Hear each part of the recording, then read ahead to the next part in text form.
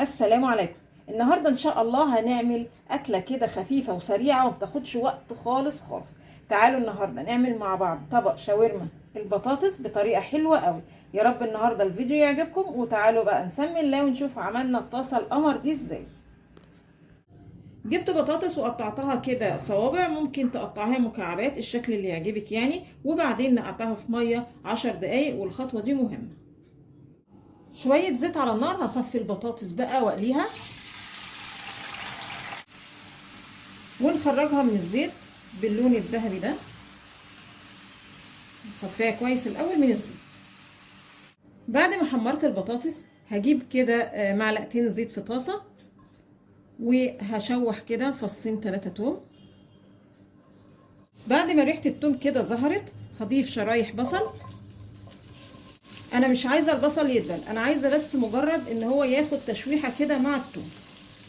بعد ما خد تشويحه كده على السريع هضيف تشكيله كده فلفل الوان، وممكن تستكفي بنوع واحد بس فلفل.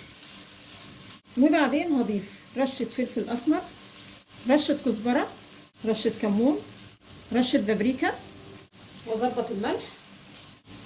والخطوات دي كلها بتتعمل كده على السريع زي ما قلت لكم. انا مش عايزه الخضار يدبل خالص، مجرد تشويحه كده على السريع. خلاص كده المكونات خدت تشويحه حلوه، وكمان ريحه الثوم معايا ظهرت. هطفي على كده. بعد ما طفيت على الطاسه هضيف البطاطس المحمره. معايا هنا خيار اخضر، ممكن تستبدليه بخيار مخلل براحتك خالص.